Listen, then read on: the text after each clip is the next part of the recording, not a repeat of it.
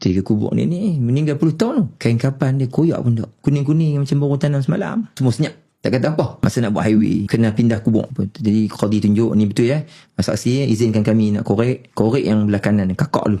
Dia kakak dengan adik meninggal. Jadi bila korek yang kakak tu, korek macam biasa kan. Korek ke bawah. Hak ketukang korek tu, subhanallah, tiba-tiba. Tengok. Tiga kubur ni meninggal puluh tahun tu. Kain kapan dia koyak pun tak. Kuning-kuning macam baru tanam semalam. Semua senyap. Tak kata apa.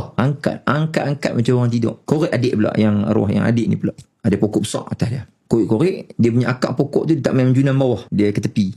Tak kena jasad. Korek, sama. Macam orang tidur. Habis selesai semua. Qadi ni tanya, cucu menakan kan? Nenek menakan ni, mereka ni apa amalan? Jadi, mereka ni kat rumah, buat kerja dapur apa semua. Tapi tiap-tiap hari, adik dengan kakak ni nak tidur malam, kakak tanya kat adik, adik dah hafal berapa ayat dah Al-Mulk? Adik kata ada 20 kak. Kak berapa? Kak 25 dah. Dia berlawan sama-sama dia tiap-tiap malam. Tak tinggal. Amalan mereka tak ada lain. Bukan pergi masjid mengaji macam orang zaman. Tak.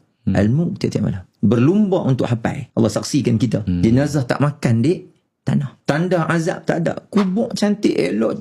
Kapan macam baru tanam semalam. Maka kita nak dustakan apa lagi?